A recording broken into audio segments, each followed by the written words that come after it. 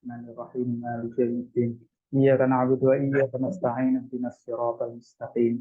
Siratal ladzina an'amta 'alaihim ghairil maghdubi 'alaihim waladdallin. Amin. Sampai mana kemarin? Wasallama fa jama'al hatab. Faqama sallallahu alaihi wasallam wasallama fa jama'al hatab. Bener nggih?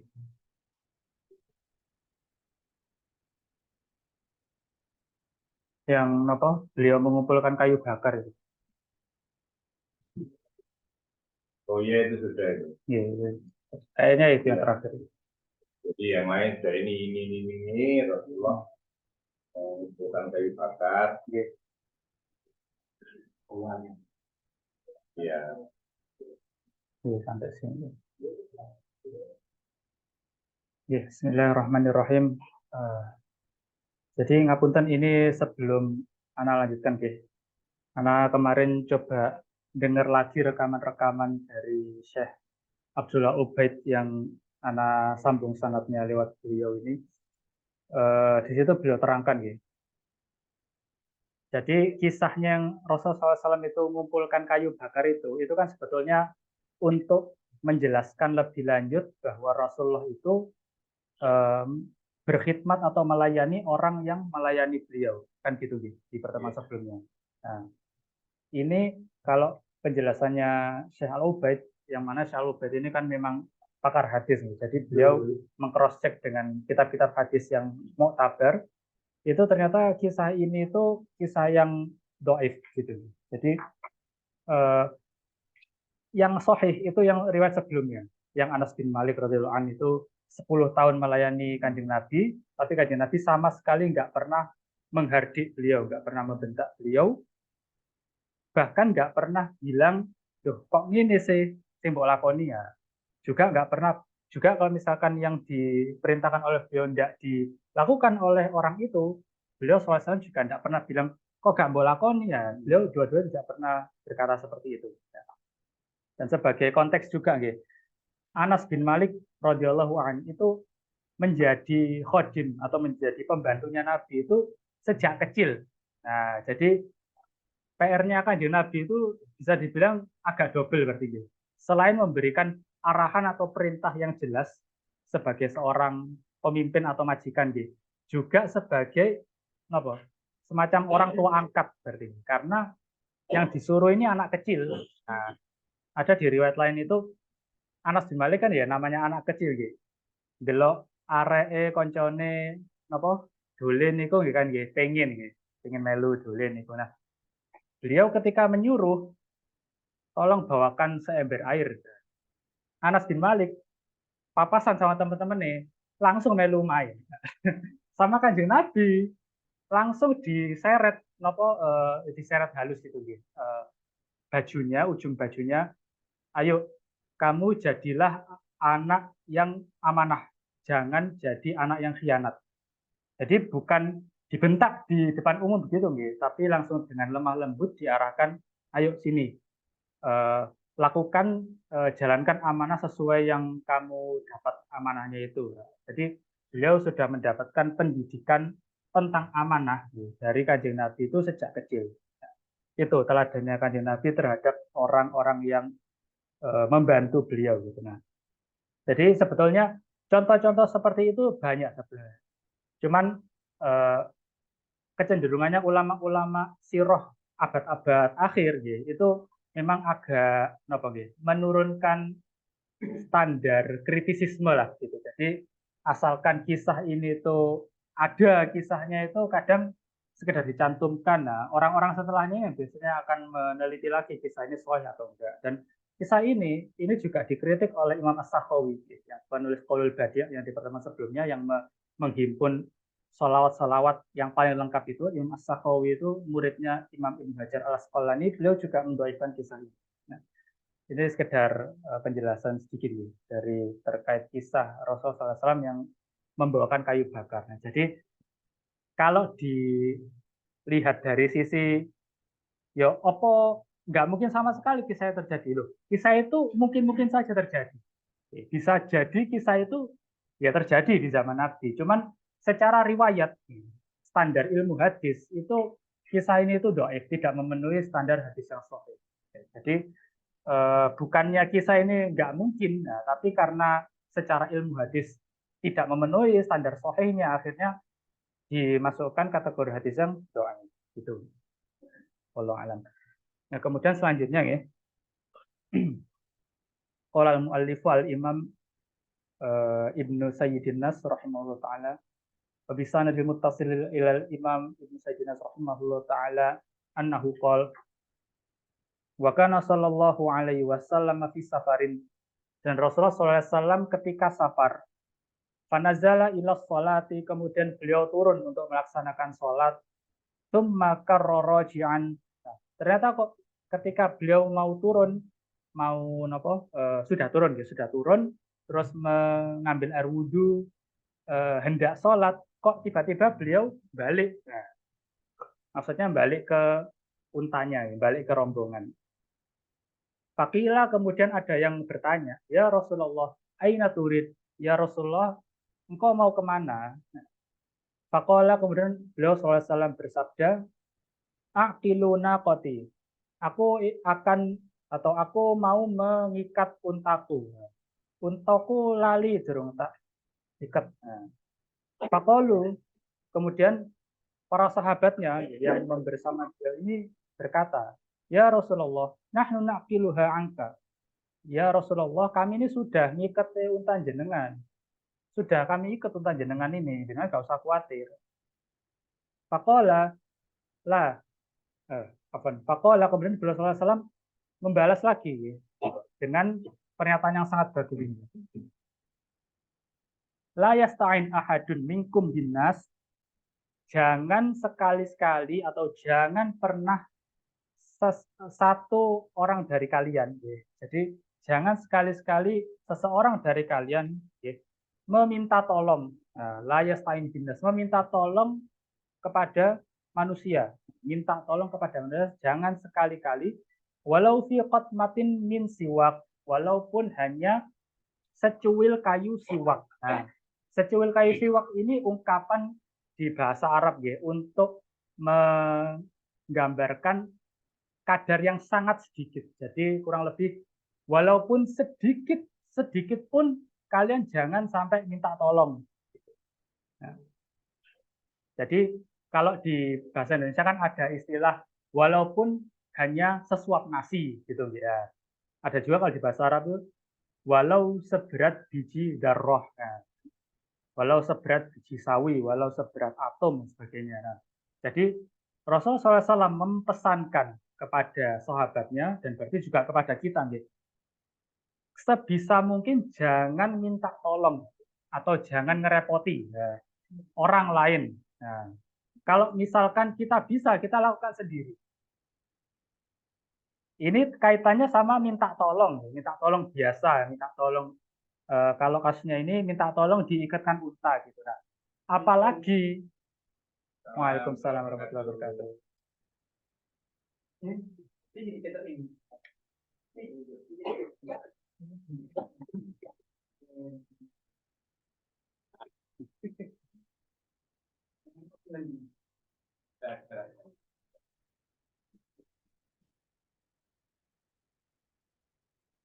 Ya, jadi pesannya beliau, la yastain ahadun minkum binnasi walau fi qatmatin min siwak. Jangan sekali-kali kalian meminta tolong kepada manusia, walau hanya secuil kayu siwak, walau hanya sedikit pun jangan sampai kalian minta tolong kepada manusia. Kalau misalkan kalian bisa, kalian lakukan, jangan ngerepoti orang lain. Gitu. Ini kaitannya sama minta tolong, kan? Minta tolong yang ringan-ringan, ya lo tolong diiketno untone. Ya. Apalagi meminta nopo harta, ya kan? Luweh ngerepoti mana? Konteksnya sekarang kan yang sering nek jaluk utang melas-melas sampai ditagih kerenge gak karu-karuan. Nah. Jadi Rasul SAW mengajarkan kalau nggak perlu banget, kalau nggak kepepet-pepet banget, jangan minta tolong atau jangan ngerepoti manusia, jangan ngerepoti orang lain. Ini kalau dilihat di sini, di PDF-nya ini ya cetakan yang Ana pegang ini tidak ada footnote-nya. Nah, jadi Ana mulai bisa membedakan beberapa riwayat yang ada footnote-nya itu biasanya lebih sahih karena maroji atau referensinya itu ada. Kitab-kitab hadis yang muktabar itu kita bisa cek. Gitu. Nah, di sini ini tidak ada footnote-nya. Nah, dugaan Ana ini kisahnya mungkin doif, gitu. Tapi kalau secara maknanya, gitu, ajarannya itu ya ini betul karena hadis lain juga banyak yang menjelaskan bahwa Rasulullah itu sangat-sangat melarang orang untuk meminta-minta. Jadi kesimpulannya betul, tapi kalau riwayatnya ini kemungkinan riwayatnya doif karena tidak ada eh, referensinya lah. Gitu. Kemudian Qala rahimahullah wa kana sallallahu alaihi wasallam la yajlisu wa la yaqumu illa ala dzikr. Kemudian Rasulullah SAW itu tidak pernah berdiri, tidak pernah duduk apa? Ya jelis duduk. Tidak pernah beliau itu duduk dan tidak pernah beliau itu berdiri kecuali beliau itu senantiasa dalam keadaan berzikir. Illa ala dzikrin. Mengingat Allah Subhanahu wa taala, berzikir. Jadi lisannya beliau itu senantiasa berzikir. Rotbatin min dzikir kalau di riwayat yang lainnya. Lidahnya selalu basah akan berzikir. Nah, kemudian selanjutnya wa idzan taha ila qaumin, kemudian ketika beliau SAW itu hadir di tengah-tengah kaum, maksudnya di suatu majelis. Dan beliau sudah di posisi akhir-akhir, maksudnya beliau mungkin agak telat gitu. Liane podo ngumpul rame wesan, nah, tinggal posisi duduk yang belakang. Sedangkan beliau ini adalah orang yang terhormat, betul nggih? Orang yang terpandang di kaumnya. Nah, ketika beliau mendapati orang-orang itu sudah banyak, apa yang beliau lakukan? Jalasa haitsu intaha bihi al majlis. Beliau tetap duduk di belakang. Nah, beliau gak mentang-mentang, oh aku terpandang, Rek. Aku Pak RT, Rek. Aku Pak Lurah, aku ngarep. Akhirnya sing wis rapat-rapat dilangkai sisi-sisi kan. Bukan seperti itu adanya diajarkan Kanjeng Nabi. Beliau pejabat, beliau pembesar, pembesar kaumnya Nabi, tapi ketika di majelis sudah penuh orang tinggal duduk yang belakang, ya beliau duduk di belakang. Wa ya'muru bidzalika, dan beliau memerintahkan sahabat-sahabat sing barengi beliau itu ya untuk duduk di belakang juga, ojo meringsek ke depan. Nah, wa yu'ti kulla julasaihi nasibahu. Dan beliau Shallallahu Alaihi Wasallam memuliakan atau menghormati, maksudnya respect, memberikan respect atau memberikan penghormatan, penghargaan kepada orang-orang yang duduk bersama beliau, kulla julasaihi. Jadi ketika berada di majelis, nah biasanya kalau majelis-majelis itu konteksnya masih zaman dulu itu majelisnya itu aktif, jadi seperti diskusi, bukan yang diskusi satu orang, tapi kayak diskusi bergantian. Nah, kayak bergantian, saiki wayahe Pak Edi mengutarakan pendapat, lalu Satrio, lalu Pak Ikhlas gitu, lalu Mas Anam dengan pendapat gitu gantian. Nah, beliau itu memberikan perhatian dan mengajak ngomong satu persatu orang yang berada di majelisnya itu. Jadi beliau memberikan respect, penghargaan kepada julasa itu jamak dari jalis ya, orang-orang yang ada di majelis itu, orang-orang yang duduk di majelis itu memberikan penghargaan. La yahsabu jalisu anna ahadan akrama alaihi minhu. Sampai-sampai orang-orang yang dimuliakan itu, yang diajak bicara, yang diajak interaksi itu seolah-olah menjadi orang yang paling mulia di antara orang-orang itu. Nah, bisa nggak kita seperti itu? Dek tongkrongan disapa satu-satu, menyapanya dengan sapaan yang luar biasa, dengan keakraban yang luar biasa, sampai-sampai orang sing diakrabi iki rada-rada GR. Wah, cek perhatian ya nang aku, aku iki spesial, wah, aku iki koncopleke DE, sampai-sampai GR. Ada satu kisah ini, kisahnya Amr bin As radhiyallahu anhu. Amr bin As radhiyallahu anhu itu kan termasuk orang yang agak akhir masuk Islam. 6 bulan sebelum Fathu Makkah, sebelum penaklukan kota Mekah, Amr bin As mengikuti jejak langkahnya Khalid bin Walid menyatakan masuk Islam kepada Rasulullah SAW. Nah, beliau itu pernah tanya kepada Kanjeng Nabi karena saking yaitu tadi GR tadi itu GR karena perhatiannya Kanjeng Nabi itu begitu besar kepada satu persatu sahabatnya. Itu sampai beliau itu GR-nya sampai tanya gini, ya Rasulullah, siapa di antara sahabatmu itu yang paling kamu cintai? Nah, beliau sallallahu alaihi wasallam menjawab Aisyah, istri bojone dhewe, jelas ya, garwane dhewe. Nah, kemudian siapa ya Rasulullah? Bapaknya Aisyah, Abu Bakar. Kemudian siapa ya Rasulullah? Umar. Nah, kemudian yang ketiga, berarti 1, 2, 3. Yang keempat itu akhirnya beliau tidak jadi tanya. Karena khawatir ketika beliau Rasulullah SAW itu menjawab, kemudian siapa? Kemudian siapa? Disebut sahabat semua, ternyata yang terakhir dia sendiri. Jadi saking karena khawatirnya dia bakal keluar namanya di sebutan yang terakhir, akhirnya nggak jadi lanjutannya. Itu. Jadi saking perhatiannya Kanjeng Nabi, sampai-sampai sahabat itu GR. Merasa, wah aku ini paling dicintai oleh Nabi. Padahal semua sahabat diperlakukan gitu juga. Gitu. Nah, itu. Apa seni interaksinya Kanjeng Nabi yang luar biasa seperti itu.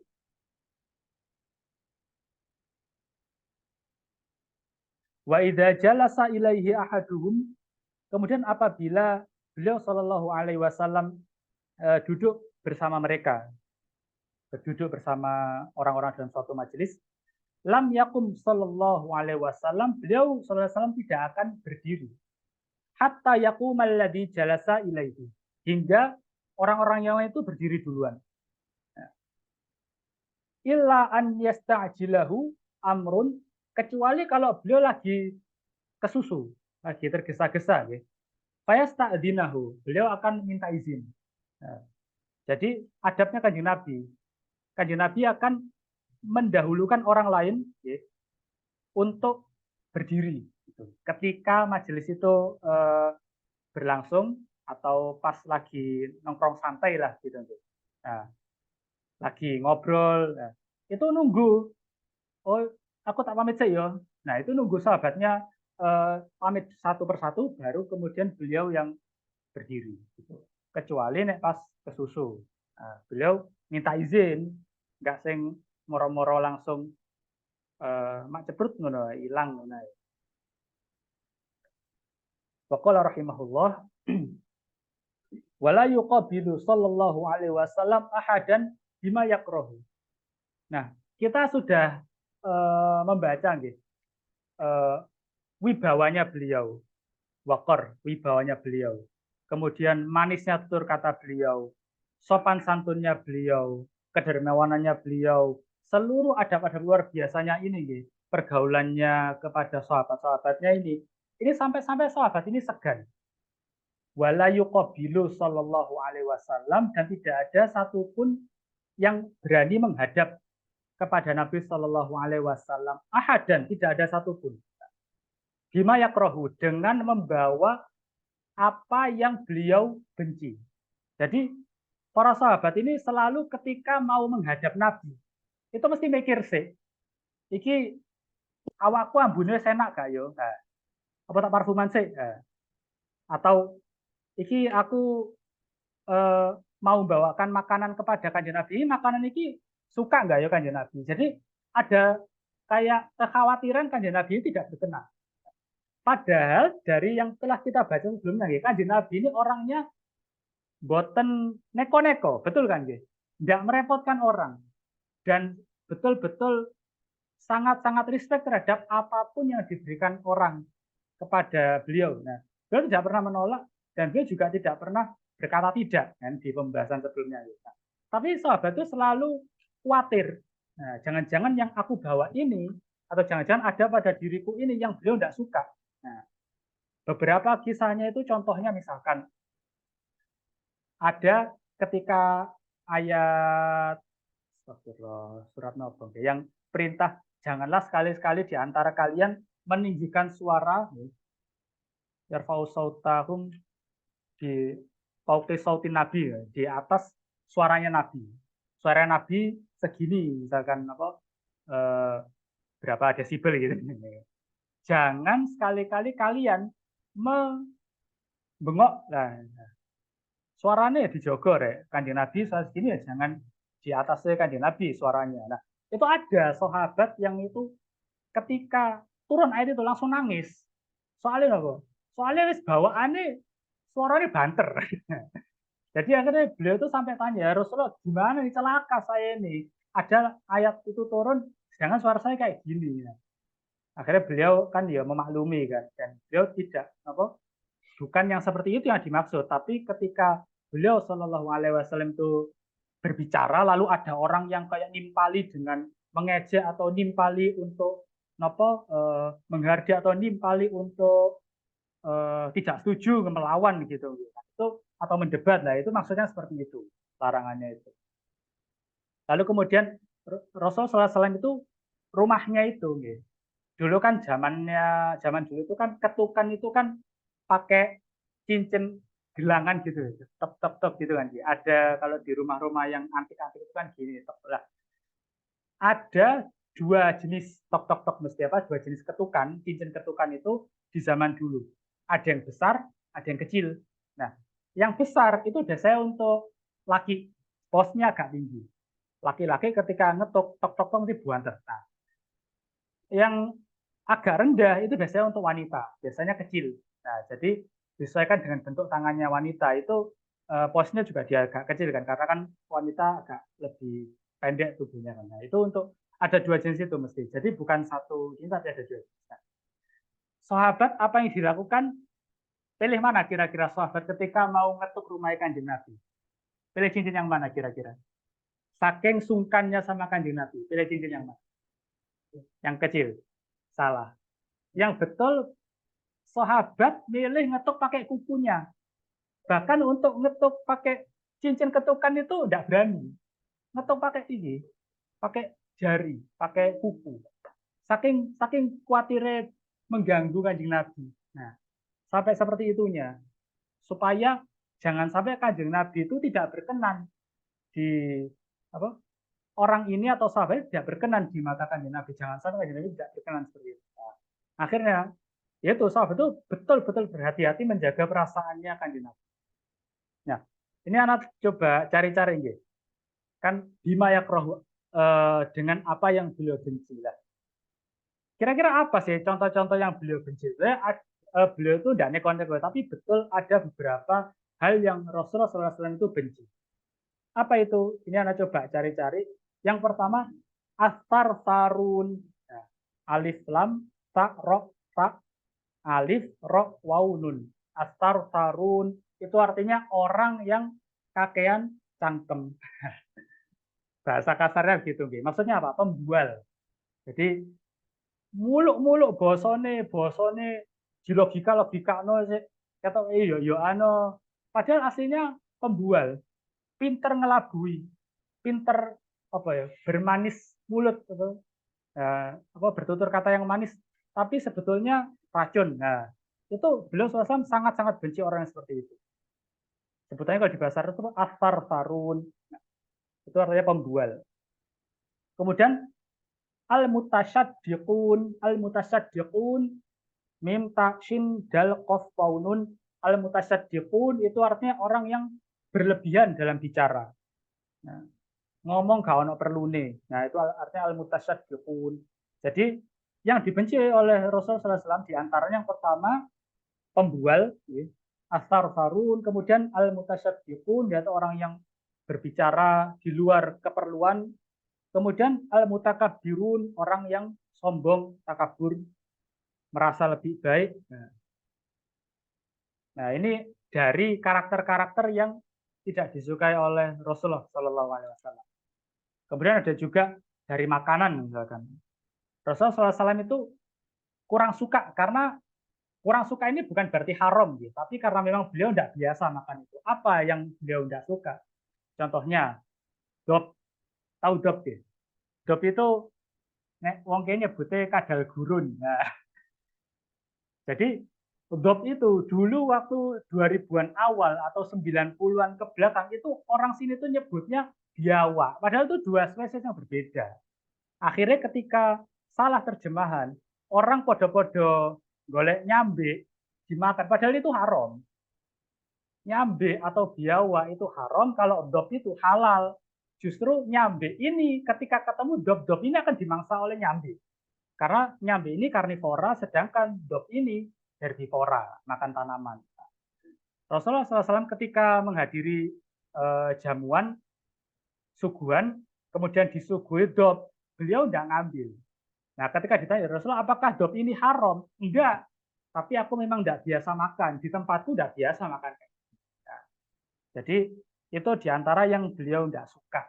Jadi beliau ya di satu sisi memang beliau adalah nabi, beliau sangat-sangat akhlaknya sangat-sangat extraordinary, berarti sangat-sangat luar biasa, nggak neko-neko, sangat-sangat menghargai. Tapi di sisi lain beliau juga manusia, ada sisi kecondongan, ada namanya sisi oh aku nggak suka ini, itu wajar, tidak sama sekali tidak mengurangi kemuliaannya beliau Shallallahu Alaihi Wasallam. Faqala rahimahullah, kemudian wala yajzi as-sayyi'ata bimithliha.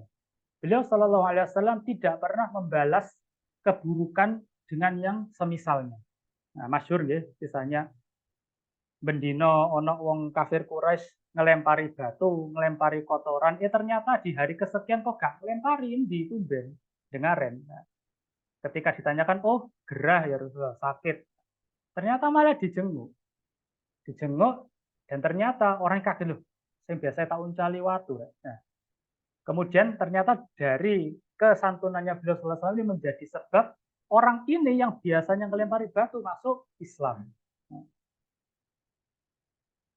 Wala ya'fu wa yasfah, dan beliau pemaaf dan juga lapang dada. Yasfah ini bisa diartikan lapang dada, legowo, bisa diartikan mendamaikan. Jadi ketika pas bertikai dimaafkan, plus yasfah, berarti setelah maafkan ya wes ojo diundat-undat maneh, wes lapang dada, wes damai-damai, wes mari urusan selesai gitu ya. Nek ketemuane ojo diundat-undat maneh. Nah, beliau SAW itu seperti itu. Dan itu juga kita harusnya seperti itu juga bukan cuma ya'fu, bukan cuma memaafkan, tapi juga legowo, gak usah diundat-undat maneh. Mari ya mari gitu kan. Wa kana sallallahu alaihi wasallam ya'udul mardo, beliau sallallahu alaihi wasallam menjenguk orang yang sakit, wa yuhibbul masakin, beliau mencintai orang-orang miskin, wa yujalisuhum, duduk-duduk bersama mereka. Beliau tidak pilih-pilih ketika berinteraksi dengan masyarakat, nggak pilih dari status sosial yang bagaimana, beliau berkumpul dengan semua kalangan. Wa yashhadu janaizahum, afan. Wa yashhadu, dan beliau menyaksikan dari takziah. Beliau takziah janaizahum, beliau takziah kalau ada orang yang wafat di antara para sahabatnya. Wala yahkir, dan beliau tidak membenci fakiron, orang-orang fakir, lifaqrihi, karena kefakirannya. Jadi beliau sallallahu alaihi wasallam itu status fakirnya orang itu beliau tidak benci.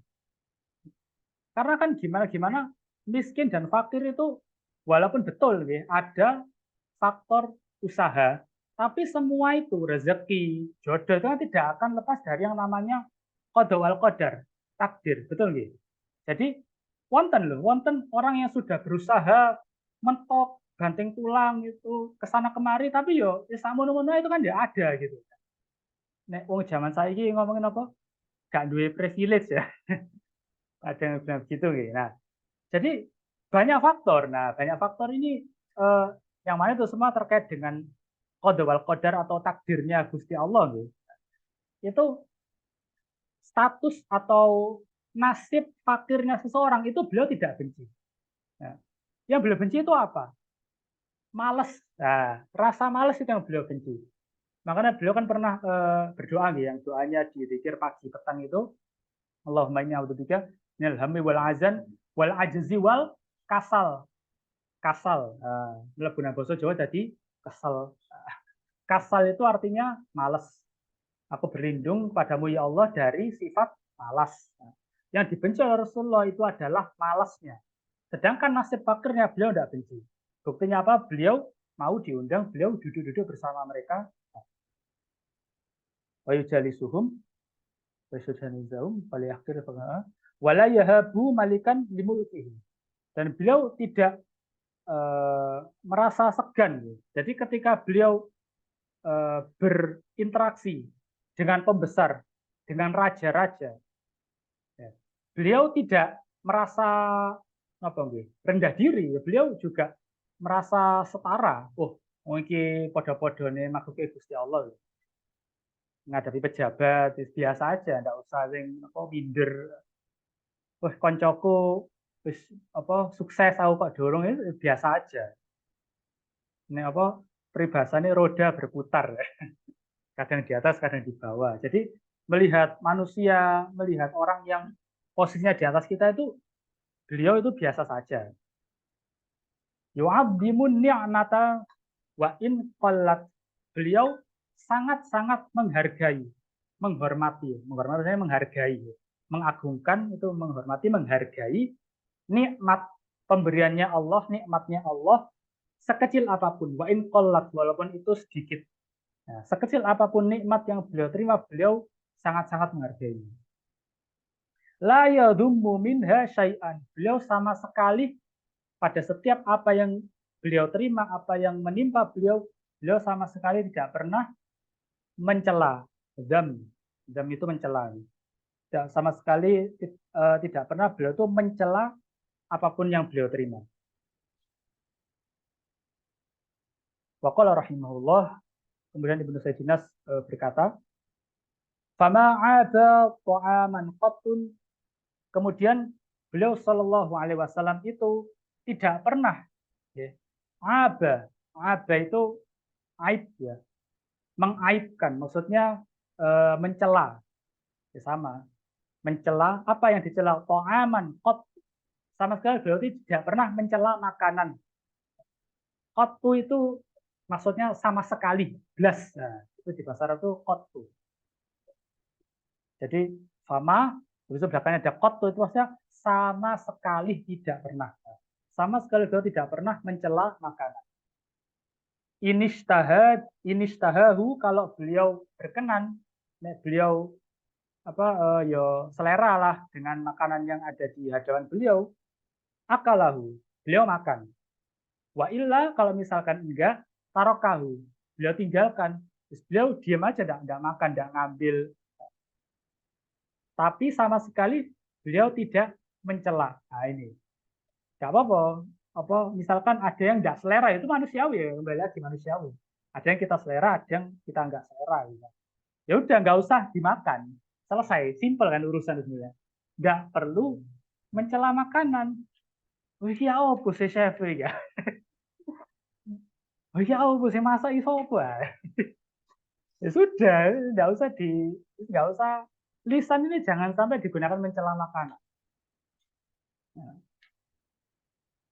Wa kana sallallahu alaihi wasallam yahfadhu jarahu. Beliau sallallahu alaihi wasallam itu menjaga siapa? Jarahu, tetangganya. Wa yukrim dhaifahu, dan memuliakan tamunya. Karena tamu disuguhi. Beliau itu sebagaimana disebutkan di hadis arba'in, man kana yu'minu billahi wal yaumil akhir, barang siapa yang beriman kepada Allah dan yaumil akhir, fal yukrim jarahu, muliakanlah muliakanlah tetangganya.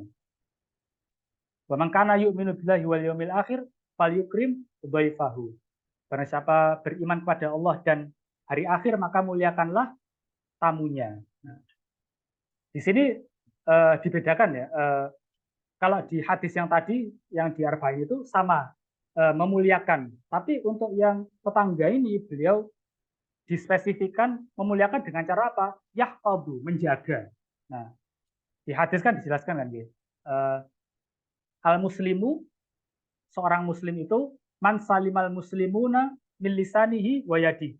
Seorang muslim itu adalah yang muslim lainnya, yang tetangganya itu selamat dari lisan dan tangannya, selamat dari omongan dan perbuatannya. Itu bentuk penjaganya Rasul Shallallahu Alaihi Wasallam itu kepada tetangganya. Jangan sampai tetangganya ini tersinggung dengan ucapan beliau, jangan sampai tetangganya ini terganggu atau terusik dengan perbuatan beliau. Nah, jadi beliau menjaganya dengan cara seperti itu.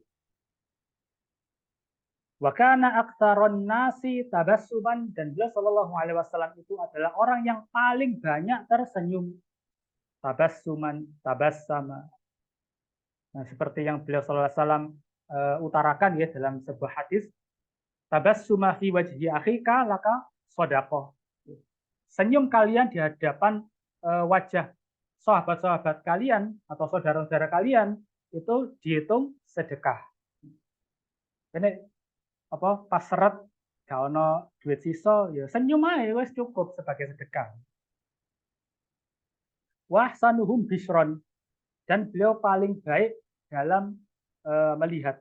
Nah ini sudah apa dalam memandang orang itu beliau paling baik.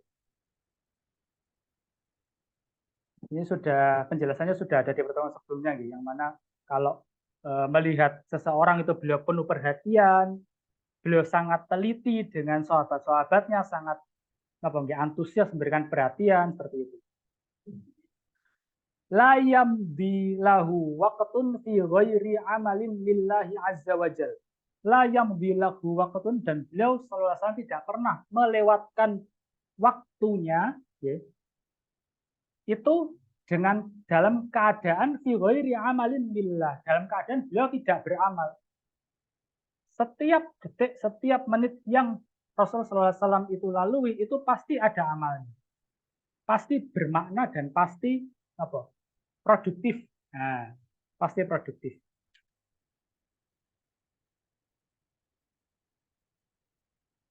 Fi ghairi amalin lillahi azza wajalla. Makanya di sebuah hadis ya dijelaskan bahwa min husni islamil mar'i tarkuhu ma la ya'nihi. Di antara tanda baiknya Islam seseorang, di antaranya Islami wong kuwes api itu apa?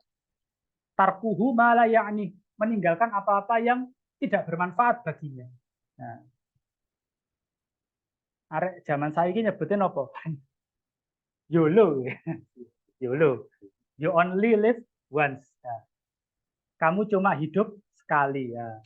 Cuman napa lanjutannya uripmu sekali rek foya-foya itu lanjutannya itu yang salah, yolonya benar, lanjutannya yang salah. Justru dengan hidup cuma sekali manfaatkan sebaik mungkin kan gitu. Tarkuhu malayani, tinggalkan apa yang tidak bermanfaat baginya. Wa fima la budda minhu wa ma khuyira baina amrayni. Ini satu kesatuan. Wa fi ma la budda minhu, kalau misalkan beliau ada di posisi betul-betul tidak bisa. Nah, la budda itu artinya tidak bisa tidak. Itu ungkapan di bahasa Arab. La budda itu artinya harus, kalau di breakdown itu jadi tidak bisa tidak.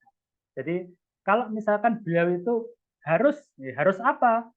Wa ma khuyira baina amrayni, beliau harus memilih satu di antara dua perkara.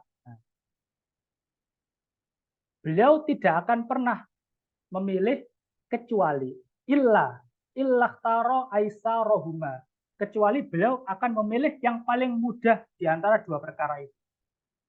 Dan beliau sallallahu alaihi wasallam sudah membuktikan itu beberapa kali. Ketika datang bulan Ramadan, yang biasanya tahajudnya beliau itu tengah malam, beliau majukan sampai akhirnya kita mengenal dengan istilah tarawih. Ya, tarawih beberapa malam dilalui, malam kesekian beliau tidak datang. Nah, ketika ditanya loh, ya Rasulullah, jenengan gerah dah? Nah, dijawab Rasul, enggak, saya enggak sakit, tapi saya khawatir kalau misalkan tak istiqomah ini, maka Allah akan jadikan tarawih ini menjadi wajib.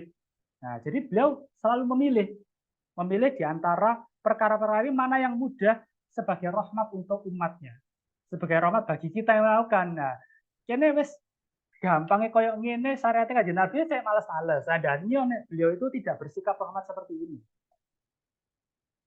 Illah taro aisarohuma, kecuali beliau akan memilih yang paling mudah di antara keduanya.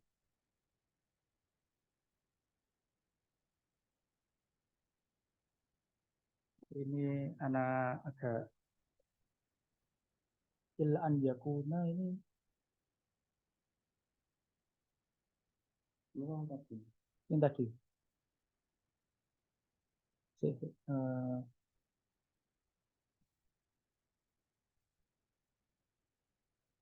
Ini.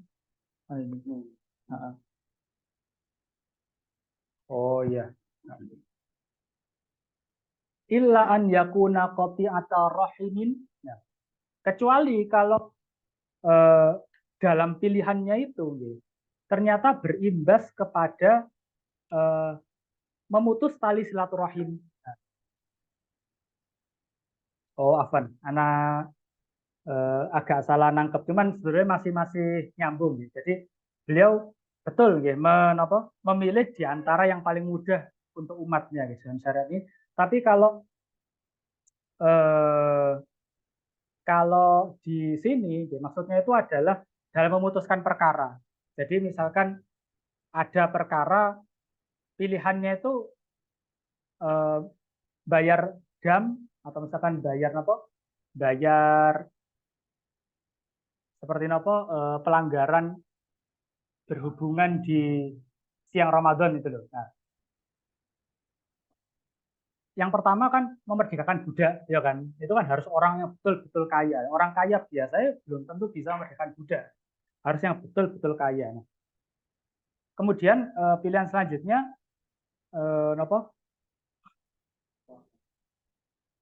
belum itu memberi makan 60 orang. Nah, memberi makan 60 orang ini banyak salah sangka juga. Cepat 60 swida sego kotak sego bungkus diwehno las, nggak gitu konsepnya. Jadi 60 orang ini maksudnya 60 orang yang berbeda. Ini yang jarang diutarakan sama satu-satu atau khotib-khotib itu 60 orang yang berbeda. Nah itu kan juga agak susah gitu kan. Kemudian yang selanjutnya 60 hari puasa tanpa jeda, jadi berturut-turut. Beliau SAW ketika mengutarakan syariat itu melihat orangnya. Ada orang yang datang, ada kasusnya orang yang datang itu wong iki melarat. Tapi pas Joko Darullah kok ternyata tidak bisa menahan hasrat kepada istrinya. Akhirnya terjadilah yang terjadi. Nah, wadul, minta nasihat ke Kanjeng Nabi. Sama Kanjeng Nabi ditawarkan itu, akhirnya ditawarkan yang terakhir, berpuasa 60 hari. Nah, ternyata beliau orangnya ini ya sahabat yang miskin tadi ini juga nggak sanggup. Ternyata bola jangan Rasulullah, jangankan nih puasa 60 hari berturut-turut, biasanya nggak tahu mangan. Nah, ternyata apa yang dilakukan oleh Kanjeng Nabi? Ngumpulin kurma sampai cukup 60 sok, berarti kan satu sok itu untuk satu orang, 60 sok ini 60 sok kurma ini sedekahkan ke tetanggamu tak apa sopo sing kamu temui gitu. Nah, dijawab lagi oleh orang ini, ya Rasulullah, neng kampung aku yang paling melarat. Jadi kenyangnya bolak-balik. Nah, ya wes iki gawe jenengan. Nah, itu akhirnya ya gimana lagi kan emang udah nggak mampu gitu. Nah, itu rahmatnya beliau itu sampai seperti itu. Nah, ini kisah ini harus dipahami dengan tepat ya. Ojo malah jadi gampang-gampangan, yang dicari bukan gampang tapi yang dicari itu rahmatnya beliau itu. Nah, itu seperti itu. Jadi beliau ketika memilihkan untuk umatnya itu akan memilihkan yang paling, ketika memutuskan perkara ya, yang seperti itu, pelanggaran-pelanggaran seperti itu, beliau akan memilihkan denda atau hukuman itu yang paling ringan, menyesuaikan dengan yang diajak bicara ini orang ini siapa gitu. Seperti itu. Nah, illa an yakuna qati'ata rahimin, kecuali kalau ternyata keputusannya beliau itu dengan beliau memilih yang paling mudah itu ternyata malah menyebabkan putusnya silaturahim. Nah, ini Ana belum cari syarahnya ya. Maksudnya case-nya apa yang semacam ini gitu.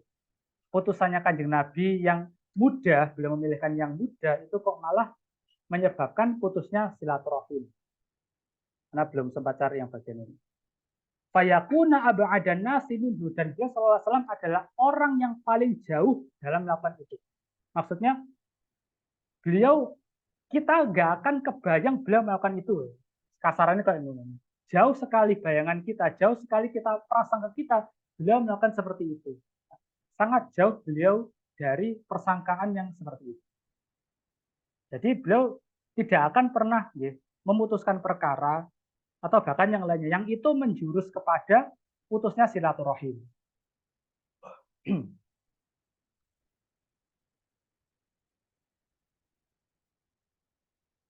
Waqala rahimahullah, kemudian Ibnu Sayyidinas menceritakan yaksifu na'lahu wa yarqa'u taubahu sallallahu alaihi wasallam. Beliau sallallahu alaihi wasallam menambal. Nambal apa? Na'lahu. Na'al itu sandal. Jadi beliau sandal itu nek rusak ditambal, gak langsung rusak sithik dibuat punya mboten. Jadi masyhur nggih kisahe napa Sayyidina Umar ketika menjabat jadi khalifah, biasanya pejabat klambine megor-megor api-api, beliau malah tambalan. Nah, Rasul SAW bukan hanya bajunya, sendalnya pun tambalan. Wa yarqa'u thawbahu, dan beliau juga menjahit sendiri bajunya, menambal sendiri sandalnya, menjahit sendiri bajunya. Jadi selain beliau itu sederhana, berarti nopo? Mandiri, ya, sangat-sangat nopo berdikari. Wayar kabul farosa wal bagol wal himar. Tunggangan beliau, ya, beliau SAW menunggangi al-faros kuda, wal bagla bigol wal himar dan keledai. Kenapa bigol? Bigol itu adalah perkawinan, kawin silang antara kuda dan keledai. Jadi tidak setinggi kuda, tapi juga tidak sependek keledai. Biasanya bigol ini lebih kuat untuk ngangkut barang lebih banyak. Nah, alternatifnya unta itu untuk ngangkat barang yang lebih banyak itu bigol.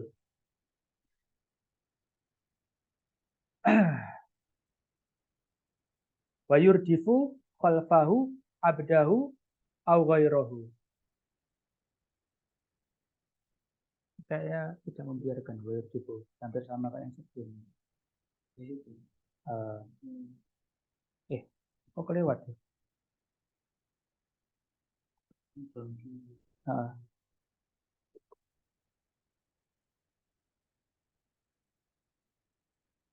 Untuk pilih apa tuh? Wa yurdifu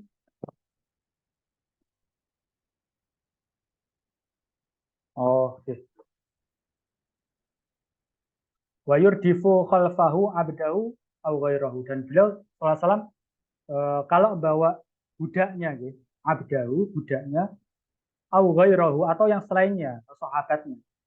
Ini penjelasannya yang sebelumnya, berarti diulang lagi di sini. Beliau kalau barengi sahabat yang jalan, beliau biasanya gonceng, menawarkan tumpangan. Beliau akan bonceng di belakangnya beliau. Wa yamsahu wajha farasihi fi tarafi kummihi. Dan beliau SAW kadang-kadang juga yamsah, mashu. Mashu itu artinya mengusap. Mengusap nopo? Wajha farasihi. Mengusap wajah kudanya. Fi tarafi dengan ujung kummihi, dengan ujung lengannya. Lengan bajunya. Au bi tarafi ridaihi, atau dengan ujung selendangnya beliau. Di rida itu serban yang disampirna nggih. Biasanya mubalik kan wonten serban sing dililitaken di kepala niku itu sebutannya aimamah. Aimamah itu artinya sorban yang dililitkan di kepala. Lah, sorban yang disampirkan atau selendang itu rida bahasa Arabnya. Wa kana sallallahu alaihi wasallam tuhibbul fa'la, dan beliau sallallahu alaihi wasallam suka memperhatikan pertanda-pertanda di alam. Kuwi koyo iki arepe angine iki koyo bakal badai iki. Aku gak budal iki ya. Misalkan kayak gitu. Wa yaqrahu tiyaroh, tapi beliau membenci tiyaroh. Napa tiyaroh iku? Oh iki ono kupu-kupu. Biasanya apa ono tamu iki mari ya. Takhayul yang seperti itu beliau benci. Oh tanda-tandanya iki ngene iki bakal ono ngene lah, itu tanda-tanda yang itu cuma sekedar mitos, tidak ada pembuktian apa empirisnya gitu. Itu beliau benci. Tapi beliau juga memperhatikan tanda-tanda alam, itu beliau perhatikan tanda-tanda alam yang sahih, tanda-tanda alam yang ilmiah gitu nggih. Kalau misalkan langitnya ini begini, ini biasanya bakal ada hujan deras atau semacam itulah, itu beliau perhatikan. Wa idza ja'ahu ma yuhibbu, kalau beliau mendapatkan apa yang beliau sukai, beliau berkata, alhamdulillahi rabbil alamin. Segala puji bagi Allah, Rabb semesta alam. Dan di riwayat lain gitu.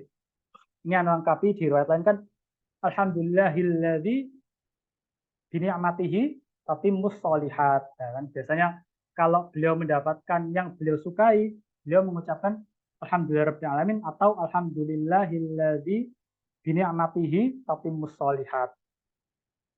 Segala puji bagi Allah yang karenanya menjadi sempurna segala kebaikan. Nah, itu kalau kita mendapatkan nikmat itu bacaannya. Apa nih bingung-bingung ya alhamdulillah ya. Alhamdulillahirabbil alamin. Lengkapnya alhamdulillahilladzi bini'matihi tatimmus sholihat. Wa idza ja'ahu ma yakrahu, kalau yang beliau dapatkan atau yang datang ke beliau itu adalah yang beliau benci, yang beliau tidak suka, qala, beliau SAW berkata, alhamdulillahi ala kulli hal. Alhamdulillah untuk segala hal. Terus apapun yang terjadi, alhamdulillah. Jadi wirid-wirid, doa-doa, zikir-zikir yang diajarkan Kanjeng Nabi SAW itu bukan cuma sekedar wirid. Maksudnya bukan cuma sekedar kayak jampi-jampi mantra-mantra yang kita nopo ya, komat kami itu bukan. Tapi sekaligus beliau Shallallahu Alaihi Wasallam mengajarkan apa? Mindset, betul nggih? Mindset yang benar itu bagaimana? Mindset yang benar, kalau misalkan kita dalam keadaan seneng, alhamdulillah. Kalau misalkan dalam keadaan sedih, yo alhamdulillah. Kan itu mindset kan. Nah, jadi banyak ya, kata-kata atau doa-doa atau perkataan yang diajarkan Kanjeng Nabi itu bukan cuma sekedar kata-kata, tapi mindset. Nah, misalkan ada orang sakit, kita kan diajarkan la baksa tahurun insyaallah. Gak apa-apa dirahin jenengan iki sebagai penggugur dosanya jenengan gitu. Nah, itu kan bukan doa, itu kan. Itu bukan doa. Kalau doa kan Allahumma rabbannas azbil ba'sa isbantasyafi seperti itu. Nah, tapi yang diajarkan itu mindset optimisme kalau sakitnya ini akan menjadi penggugur dosa. Jangan putus asa, la tahzan ya kan. Jangan bersedih gitu kan. Jadi gitu. Mindset juga yang diajarkan oleh beliau sallallahu alaihi wasallam. Wa idza rufi'at ta'amu, kemudian ketika makanan itu telah diangkat, maksudnya sudah selesai, istri beliau sudah ngangkat makanan, sudah selesai, min baini yadaihi, dari kedua tangannya, maksudnya dari hadapan beliau. Qala, beliau berdoa, alhamdulillahilladzi at'amana wa saqana wa awana wa ja'alna muslimin. Mirip dengan doa yang sering kita dengar ya, alhamdulillahilladzi at'amana wa saqana wa ja'alna minal muslimin. Mirip. Awana ini apa? Wa awana, oh memberikan tempat tinggal.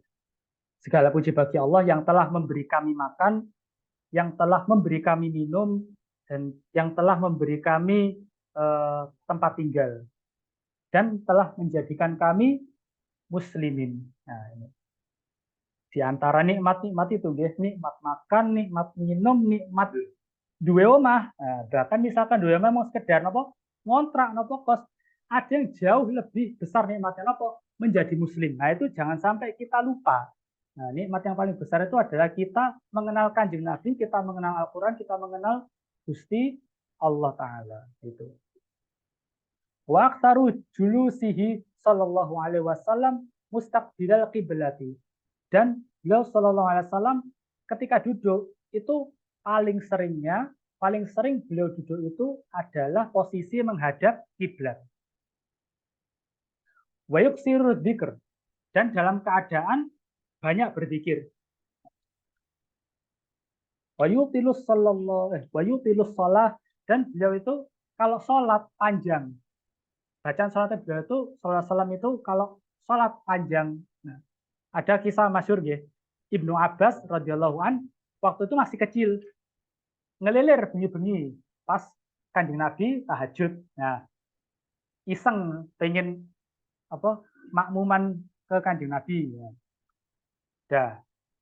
Awalnya kan di kiri kan, masyhur awalnya di kiri, habis itu sama Kanjeng Nabi diarahkan ke kanan karena kan sunahnya kan makmum itu posisinya di kanan nih kalau 2 orang. Nah, kemudian diinteni Al-Fatihah selesai. Ya ternyata Al-Baqarah. Oh, dikira cuma sampai 10 ayat pertama. Ternyata sampai ayat kursi. Selesai. Ternyata sampai la yukallifullahu nafsan illa wus'aha. Selesai. Ternyata lanjut Ali Imran. Itu 1 kali berdiri itu. Ternyata 1 kali berdiri itu 3 juz kalau enggak 4 juz itu. Beliau sallallahu alaihi wasallam itu 1 kali berdiri. Nah, yo Ibnu Abbas jek cilik kan yo. Dalam hati itu sampai gini. Jadi di situ sampai diceritakan gini. Aku ini sampai punya niat buruk untuk pelicing udah, ngilang udah. Niat buruknya itu beliau bercerita kepada tabiin yang meriwayatkan hadis ini gitu. Nah, itu aku sampai punya niat buruk untuk langsung meninggalkan Nabi. Saking lamanya itu tadi ya. Beliau radhiyallahu anhu masih kecil waktu itu. Wa yutilus sholata wa yaksurul khutbata, dan khutbahnya beliau itu pendek. Nah, jadi khutbah Jumat itu aja suwi-suwi. Kalau misalkan kita dapat amanah jadi khotib, jangan lama-lama. Nah, khutbah innal hamdalillah sampai selesai, total khutbah 1, khutbah 2, 30 menit. Habis itu terakhir demikianlah khutbah singkatnya apa 30.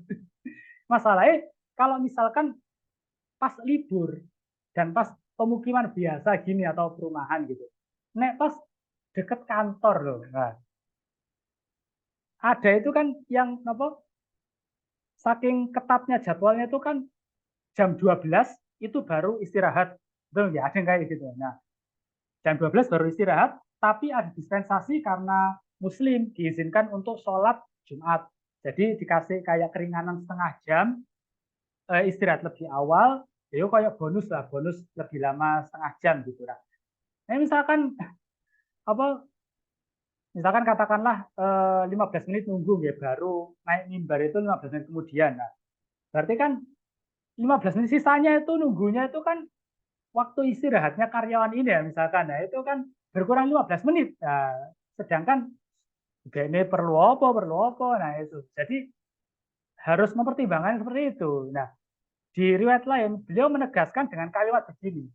Di antara bentuk orang itu pinter, orang itu cerdas. Nah, dijelaskan orang itu cerdas itu kalau khutbahnya pendek, sholatnya panjang. Nah, jangan dibalik. Khutbahnya pendek, khutbahnya panjang, sholatnya mong kulhuwa. Sholatnya mong al-jum'ah, tapi ayat terakhir itu. Dan biasanya gitu. Nah, sunnahnya kalau ngimami sholat Jumat kan baca surah Jum'ah kan. Itu dibaca full, bukan terakhirnya toh. Idanu jali sholatin yaumi bukan itunya toh, tapi full dari awal sampai terakhir. Itu kan cuma 2 halaman nggak sampai kan, cuma 1,5 halaman. Sebenarnya bisa kalau khotib-khotib imam-imam Jumat mau itu bisa. Nah, kemudian selanjutnya waqala rahimahullah wa yastaghfirullaha fil majlisil wahidi mi'ata marratin. Nah, di sini dijelaskan bahwa Rasulullah SAW itu dalam sekali duduk fil majlisil wahid, dalam sekali duduk itu beliau beristighfar memohon ampun kepada Allah 100 kali. 100 kali beliau beristighfar sekali duduk. Nah, kalau di riwayat lain itu yang lebih banyak riwayatnya itu nggak ada keterangan sekali duduknya ini, nggak ada keterangan fil majlisil wahid ini nggak ada. Jadi ada riwayat yang lain itu wallahi inni la astaghfirullah wa atubu ilai fil yaumi aktsara min 70 marrah. Ya.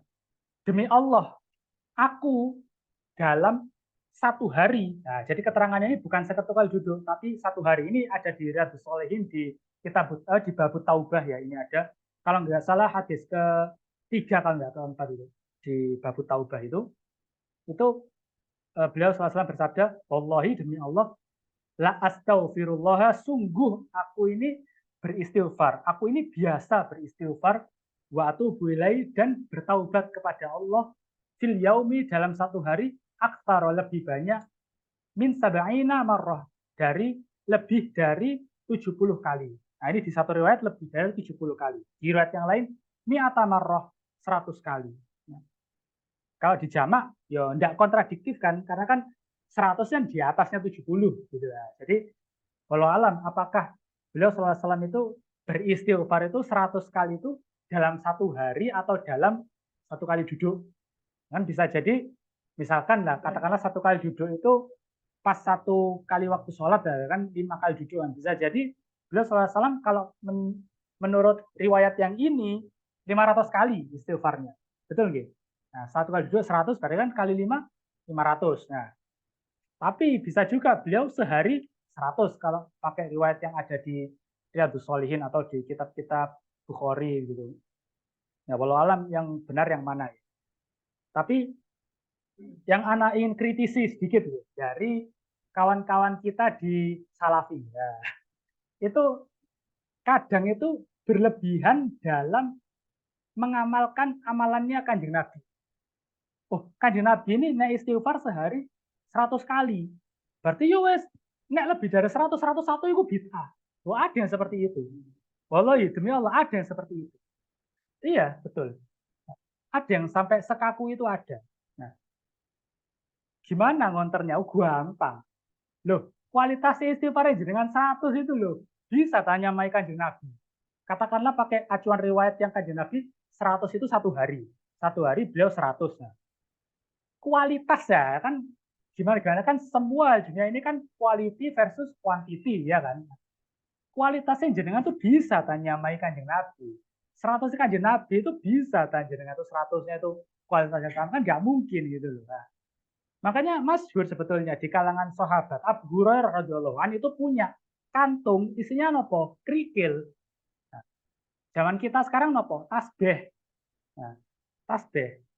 Tapi kalau beliau tidak diuntai, tidak pakai apa, tidak pakai benang, tidak pakai tali untuk meminta apa menjalin itu semua, gitu. Nah itu beliau satu-satu gini, kayak gambarannya ini misalkan kantung, gitu. Subhanallah, Subhanallah, Subhanallah, Subhanallah, gitu. Gitu loh, oh wes satu sih, nah, gitu. Nah kalau sekarang kita kan gini kan, Subhanallah, Subhanallah, Subhanallah. Nah itu sebetulnya ada hadisnya, kenapa? Tapi hadisnya bukan marfu, ya. Maksudnya bukan yang contoh langsung dari Kanjeng Nabi, tapi dari sahabat. Nah, itu kan sudah cukup sebetulnya. Sudah cukup. Masa sahabat kita kan tidak mungkin nalarnya itu gimana ya kan? Itu ada hadisnya yaitu dari siapa? Hasan Al Basri. Tabiin melihat para sahabat itu berzikir dengan tasbih. Makanya ada hadis yang Ana sempat dapat ya, Ana riwayatkan dari guru Ana yaitu Kiai Haji Ahmad Marwazi ya, di Semarang waktu itu, yang beliau meriwayatkan secara musalsal, secara berketerusan sama. Guru saya meriwayatkan hadis ini kepada saya sambil membawa tasbih. Sama, atasnya Syekh Yasin Al-Fadani meriwayatkan dari Syekh Umar Hamdan Al-Mahrisi sambil bawa tasbih. Syekh Umar Hamdan Al-Mahrisi meriwayatkan dari gurunya juga bawa tasbih. Terus sampai ke Hasan Al-Basri. Hasan Al-Basri melihat para sahabat bawa tasbih. Nah, jadi bawa tasbih itu bukan hal yang bid'ah gitu loh. Kalau terlalu berlebihan, oh bawa tasbih koyok apa biksu ini enggak gitu. Hanya karena mirip bentuknya itu jangan langsung disamaratakan seperti itu, ya kan? Karena hadisnya musalsal itu ada yang seperti apa? Musalsal bil napa istilahnya itu. Bahasa Arabnya tasbih itu ada lah, nanti cari tasbih. Tasbih yang bahasa Arab kan subhanallah subhanallah itu kan. Tasbih bahasa Indonesia itu kan. Tuh. Jadi kalau misalkan kita nggak bisa 100 atau gini, 100 itu jadikan itu adalah minimalnya jumlah istighfar kita. Karena apa? Karena itu yang dicontohkan oleh Kanjeng Nabi. Jangan malah itu jadi yang maksimal, malah keliru. Nah, justru itu jadi minimalnya. Karena apa? Karena kita nggak mungkin secara kualitas menyamai istighfarnya Kanjeng Nabi Shallallahu Alaihi Wasallam.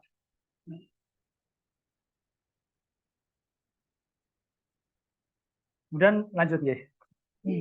Wa kana sallallahu alaihi wasallam yusma'u bi sadrihi. Wa huwa fi sholati azizun ka azizil mirjali minal buka. Dan beliau sallallahu alaihi wasallam itu dadanya beliau fi sholati, dalam sholat dadanya beliau itu bersuara, terdengar suara dadanya beliau.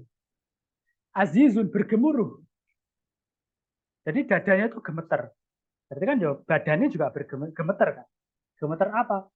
Seperti gemetarnya mirjal. Mirjal itu kettle. Kettle apa nih? Saya teko. Nek umup. Nah, kalau air itu mendidih. Kudu sengketan saya itu bukan. Jadi kayak dulu. Nah. Jadi kayak minal bukai karena tangisnya beliau. Jadi beliau kalau nangis itu betul-betul nangis. Bukan cuma sekedar nangis nopo meneteskan air mata satu itu boten. Nangis belum nangis. Nangis nopo? Karena beliau melihat neraka. Allah berdekatkan azab neraka kepada beliau. Bukan untuk ancamannya beliau, untuk ancamannya umatnya beliau. Ya, beliau jelas maksum, terhindar dari dosa. Tapi yang diingat itu nasibnya awake dhewe gitu lah. Yang apa? Sing sunnah sing terlewatkan macam itu kan ya. Yang apa nek arepe sedekah masih mikir-mikir. Nah, itu yang dibikin nangisnya itu sebenarnya nasibnya kita ini ya kan. Kan jelas kan di ayatnya di At-Taubah itu kan laqad ja'akum rasulun min anfusikum azizun, merasa berat, merasa sedih, merasa nelongso melihat kondisi kalian itu. Azizun alaihi ma anittum harisun alaikum bil mu'minina raufur rahim, menginginkan kemudahan. Harisun alaikum bil mu'minin, menginginkan kebaikan untuk kalian orang-orang mukmin. Jadi nangisnya beliau itu betul-betul nangis yang sesenggukan gitu. Nanti nopo dadanya beliau itu, getaran dadanya itu terdengar. Bahkan sallallahu alaihi wasallam yasumul itsnaini wal khamis, dan beliau sallallahu alaihi wasallam senantiasa puasa Senin dan Kamis. Nah, kenapa kok Senin? Nah, di sebuah hadis beliau menjawab karena Senin itu adalah hari kelahiranku, dan karena Senin itu adalah hari di mana aku diangkat menjadi nabi. Jadi kudune ya nek memperingati itu, tapi kita sudah memperingati Maulid dan pengangkatan jadi nabi. Kalau sekarang kan ada apa nuzul Quran ya, itu sudah cukup lah. Jadi yang diperingati dua itu, bukan cuma lahirnya tapi juga pelantikan beliau jadi nabi. Itu kita juga patut bergembira di dua keadaan itu. Nah, tapi kalau sebentar ini baterainya mau habis. Tidak ada T. Tidak tahu ini nyampe apa nih.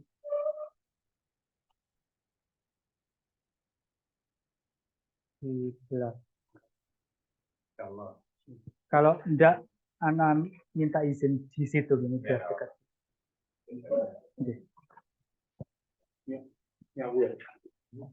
Kalau gitu.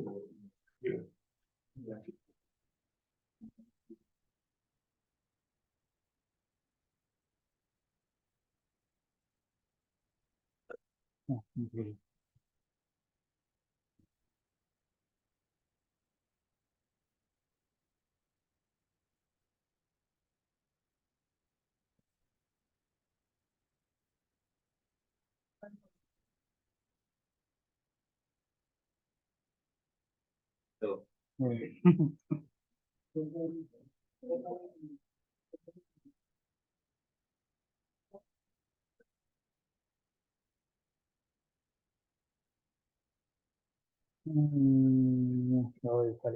Apa? Ya. Dari beliau Shallallahu Alaihi Wasallam berpuasa tiap Senin dan Kamis. Wasalasata ayamin min kulli syahrin, dan 3 hari setiap bulan. Wa Asyura, dan beliau berpuasa Asyura 10 Muharram. Jadi 3 hari ini di satu riwayat cuma disebut 3 hari gitu toh. Nah, seperti bagaimana di wasiatnya beliau SAW kepada kepada Abu Hurairah ya, bahwa kekasihku, berarti Rasulullah SAW mewasiatkan kepadaku 3 hal. Yang pertama sholat duha, yang kedua sholat witir sebelum tidur, dan yang ketiga adalah puasa 3 hari setiap bulan. Nah, itu cuma sampai segitu, tidak ada tambahan keterangannya. Nah, di riwayat yang lain 3 hari itu adalah hari-hari ketika bulan purnama, tanggal 13, 14, 15. Yang kita kenal dengan puasa Ayyamul Bid, puasa hari-hari putih. Jadi poso mutih yang benar itu nggih itu 13, 14, 15 kudu kaya poso mutih wong kejawen. Poso mutih kenapa kok putih? Karena bulan lagi cerah-cerahnya berwarna putih, purnama. Tanggal 15 bulannya bunder.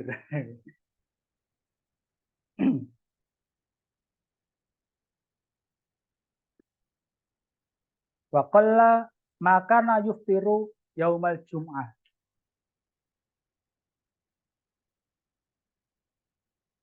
Wa qalla, dan beliau jarang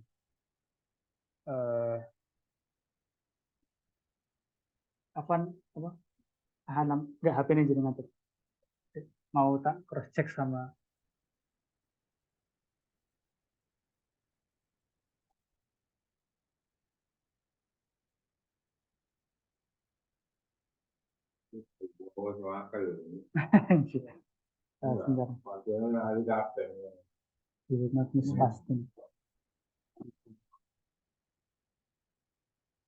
Oh, ya.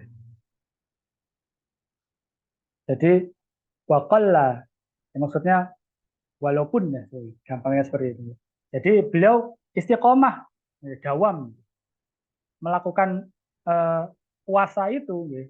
Itu waqalla, bahkan makana yuftiru yaumal jum'ah. Bahkan kalau itu bertepatan dengan hari Jumat. Jadi beliau melarang puasa di hari Jumat itu kalau khusus hari Jumat. Nah, itu beliau melarang. Tapi kalau itu sudah rentetan dari puasa sebelumnya atau nanti ke depannya ada lanjutannya, beliau tidak melarang. Jadi yang dimakruhkan atau yang dilarang itu adalah yang khusus Jumat tok poso, sebelumnya nggak puasa, sudah nggak puasa, itu yang dilarang. Wa aktsaru siyamihi di Sya'ban. Dan paling banyak puasanya beliau itu kapan? Ketika Sya'ban, maksudnya di sini puasa paling banyak setelah Ramadan. Karena Ramadan ini kan full 30 hari. Nah, paling banyak setelah Ramadan apa? Sya'ban. Nah, dalam satu riwayat dijelaskan bahwa Sya'ban itu adalah bulan di mana manusia itu banyak lalai. Loh kok bisa? Karena manusia itu, sahabat-sahabat itu, ketika bulan Rajab, itu ibarat kata manasi mesin. Nah, ketika Ramadan wis siap gas, Rajab ini dipanasi dulu. Nah, latihan puasa, membiasakan diri berpuasa. Nah, nanti ketika Sya'ban datang, istirahat saya, akhirnya lalai. Jadi 1 bulan kecepit ini, nah apalagi Rajab kan dikenal sebagai 4 bulan haram ya, 4 bulan yang dimuliakan gitu, yang disunahkan untuk memperbanyak berpuasa. Nah, di bulan Rajab diperbanyak puasanya. Nah, ketika Sya'ban langsung turun, nah, turun akhirnya banyak yang lalai. Beliau akhirnya mencontohkan, nek pengen istiqomah itu terusan. Ketika Rajab puasa, ketika Sya'ban ditingkatkan lagi, ketika Ramadan wes gas. Jadi full. Jadi apa? Progresnya atau grafiknya naik gini. Naik gini. Sudah dicontohkan oleh beliau. Makanya beliau memperbanyak atau paling banyak puasa setelah Ramadan itu di bulan Sya'ban. Wakana sallallahu alaihi wasallam tanamu ainahu, beliau sallallahu alaihi wasallam yang tidur itu apanya? Matanya. Wala yanamu qalbuhu, tapi hatinya beliau tidak tidur. Jadi beliau sallallahu alaihi wasallam itu tidak napa nggih. Hatinya itu selalu terjaga. Motone tok sing merem tapi hatine mboten merem. Jadi ketika ada orang yang mau menyergap itu ya gampang ketika mau menghindar ya. Itu bentuk kekhususan beliau ya, bentuk salah satu mukjizatnya beliau itu seperti itu. Intidoron lil wahyi. Nah, beliau seperti itu ya, posisi seperti itu dalam rangka apa? Intidoron lil wahyi, menunggu turunnya wahyu. Jadi senantiasa dalam keadaan terjaga maupun tidur, beliau itu mesti mikir, iki wahyu selanjutnya kapan datang. Kan masyhur nggih, kisahnya turunnya wahyu kedua, turunnya surat Al-Mudatsir itu selang 2 bulan kalau nggak 1 bulan. Jadi ada masa fatratil wahyi, masa putusnya wahyu. Itu setelah Iqra bismi rabbikal ladzi khalaq, itu enggak langsung besoknya turun wahyu. Nah, sampai Kanjeng Nabi itu naik lagi ke Gua Hira. Ndi gak mudun-mudun iki wahyu lanjutane iki. Mosok mung 5 ayat tok iki ya. Akhirnya beliau sampai apa nggih? Belani naik lagi ya. Itu karena beliau saking menunggu wahyu itu. Wa idza nama nafakh wala yaghit. Beliau ketika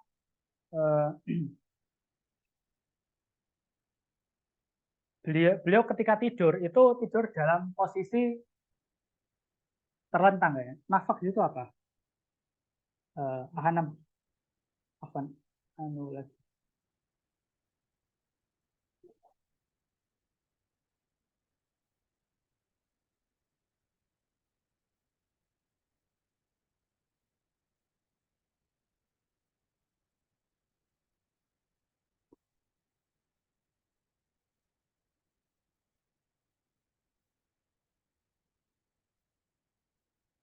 Oh, bagian ini tidak di nafak ini apa? Tulisannya gimana? Nafakho. Saya ingat anak terlentang kayak melumpah. Coba saya tolong apa? Hatinya.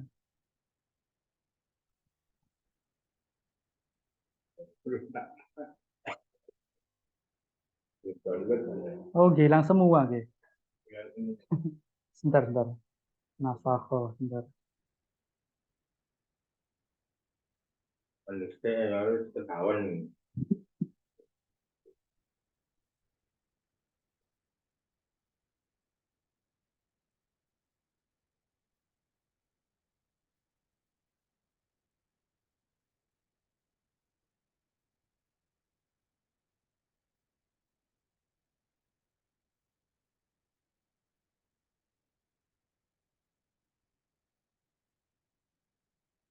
Oh, afan. Nafak, iya. Saya bukan. Astagfirullah, lupa. Ini Ki, jarang murojaah. nafah itu apa yang mirip, kata-kata mirip nafah itu apa? Nafas. Ya, betul. Nafas itu angin yang keluar. Kalau nafah sedikit nyidu, tapi nyidunya gak sampai sing kuat cuy mboten, tapi nah itu namanya nafah.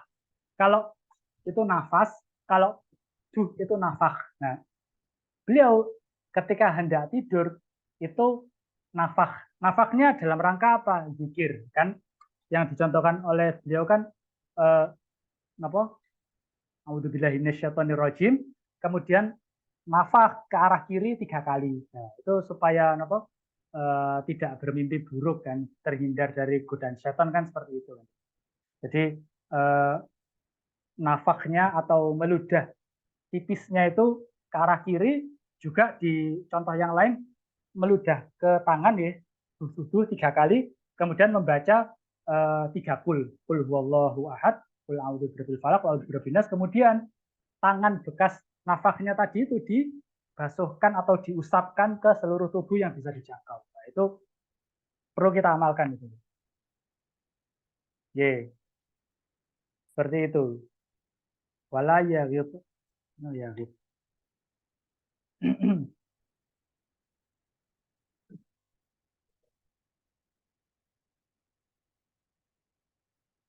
Iya, di situ bagian ininya tidak di ya, angka nih diwati lah ya gitu.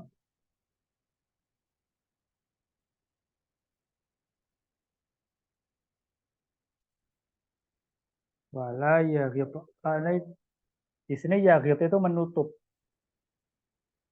Mungkin maksudnya ya gitu itu tidak tengkurap, karena memang Anda pernah dengar eh, Rasulullah SAW itu melarang tidur tengkurap. Jadi misalnya ya gitu tidak menutup itu tidak tengkurap. Nah, Rasulullah SAW tidak tengkurap karena apa? Di sebuah hadis beliau menjelaskan karena tengkurap itu adalah cara tidurnya setan. Setan niku nek turu murab. Nah, dan juga para ulama menjelaskan orang kalau tidur tengkurap itu lebih mudah untuk mengundang syahwat. Nah, gare mikir sing aneh-aneh kata para ulama. Turu murab. Jadi beliau SAW ketika hendak tidur itu nafah, ya, meludah tipis, duh-duh seperti itu, baik yang ke kiri maupun yang ke tangan dengan membaca 3 kul tadi. Kemudian wala ya dan beliau tidak tidur dalam posisi tengkurap. Wa idza ra'a fi manamihi ma yakrahu, kalau beliau bermimpi suatu malam bermimpi hal-hal yang buruk yang tidak beliau sukai, apa yang beliau ucapkan? Wallahu la syarikalah. Dialah Allah yang tiada sekutu baginya. Jadi langsung ingat Gusti Allah ya. Allahu la syarikalah. Atau kita mungkin bisa baca la ilaha illallah ya, semacam itulah. La ilaha illallah wahdahu la syarikalah. Semacam itu. Atau misalkan di riwayat yang lain ada a'udzubillahi minasyaitonirrajim atau a'udzubillahi a'udzu bikalimatillahi tammati min kulli syaitani wa hammah wa min kulli ainil lamah. Itu contoh-contoh. Jadi sebenarnya banyak yang diajarkan oleh Kanjeng Nabi, baik itu untuk mencegah mimpi buruk maupun ketika sudah kejadian mimpi buruk kemudian kegugah, geragapan. Nah, itu beliau ajarkan juga doanya. Nah, yang banyak menghimpun itu di Al-Adhkar. Kitabnya Imam Nawawi, Al-Adhkar itu banyak.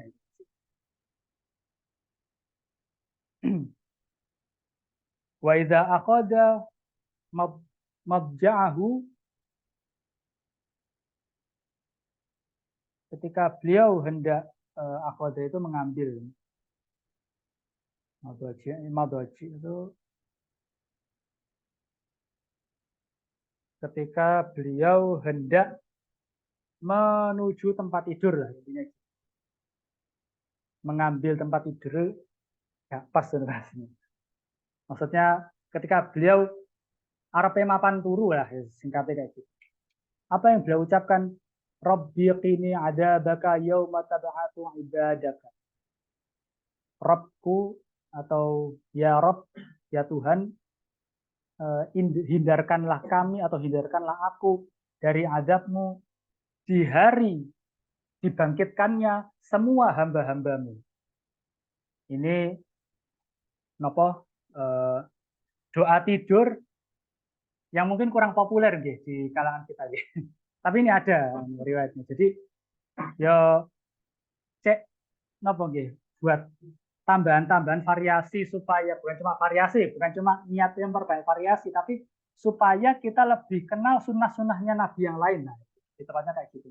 Jadi kita juga pelajari doa-doa tidur yang lain. Kita kan juga mungkin belum tahu nggih kalau apa bismika Allahumma ahya wa amut itu juga banyak riwayatnya. Ada riwayatnya bismika Allahumma amutu wa ahya, di balik itu juga ada yang bismika Allahumma ahya wa amut, ada yang bismika Allahumma ahya wa bismika amut. Itu kan banyak variasi lafaznya itu. Ada yang semacam ini. Rabbi qini adzabaka yauma tab'atu ibadaka. Rabbku, hindarkanlah aku dari adabmu di hari dibangkitkannya seluruh hamba-hambamu. Wa idza staiqadha, kemudian kalau beliau itu terbangun, ya, sudah bangun tidur, beliau berdoa alhamdulillahilladzi ahyana ba'dama amatana wa ilaihin nusyur. Maha suci Allah yang telah menghidupkan kami setelah mematikan kami, dan kepadanya lah kami kembali. Wa ilaihin nusyur. Dan ini masyhur nggih, napa tiga hal yang bisa melepaskan ikatannya setan ketika bangun tidur. Yang pertama baca doa ini, yang kedua wudhu, kemudian yang ketiga sholat 2 rakaat. Nah, nek pas set subuh berarti sholat 2 rakaat kan subuh. Ya, berarti ketika sholat subuh jek krasa ngantuk-ngantuk. Nah, tapi kalau 2 rakaatnya qobliyah subuh, subuh sudah lebih seger. Nah, biasanya kan gitu. Lebih mantap lagi kalau 2 rakaatnya nopo? Tahajud. Nah, itu lebih mantap lagi. Tapi minimalnya itulah. Kalau ditinggalkan salah satu, di dalam penjelasannya beliau Shallallahu Alaihi Wasallam, ikatan itu akan baleni maneh. Jadi misalkan 1, 2, sisa 1 ini ikatannya, 2 sudah terlepas. Nah, 2 ikatannya akan mengikat balik. Nah, jadi ikatannya itu harus betul-betul dihilangkan tiga-tiganya, ikatan setan itu. Buhulnya setan di orang yang tidur itu 3 itu, cek iso tangi ya, itu harus dilepaskan dengan 3 hal itu. Berdoa ini alhamdulillah pada matana wa ilaihi nusyur, kemudian berwudu, kemudian sholat 2 rakaat. Ya, ya itu. Kalau misalkan ya, yang diajarkan guru anak ya, kalau misalkan masih ngantuk ya, doktrin ya, katakan ke badan kita ya, wahai badanku, wahai mataku, kamu ini bohongi aku, kamu ini berdusta, kamu sebetulnya sudah nggak capek, kamu sudah nggak ngantuk, kamu ini berdusta karena Rasulullah tidak mungkin berdusta. Nah, jadi 3 itu pasti nggak akan ngantuk ya. Terus apa terusan? Sugesti biasanya. Delok kasur, wih enak, padahal sebetulnya sudah seger. Tapi bawaan pikiran. Nah, bukti enaknya gimana? Dibuat aktivitas, jalan, menghirup udara seger, atau nopo, korah-korah lah, gawan-gawan nih apa, ringkesi opo, itu mesti seger. Nah, jadi biasanya itu kita terpengaruh oleh sugesti. Bangun tidur, wih, kayak enak, peteng di rumah. Ya, jadi mungkin itu dulu guys, sudah 9:30 ternyata. Wallahu a'lam bishawab. Semoga kalau ada yang mau didiskusikan. Afan ini anak nopo langsung tak cepet-cepet nah. Nggak nopo nggak tanya jawab tengah-tengah gitu. Saya jawabnya terakhir aja. Monggo kalau ada yang mau didiskusikan.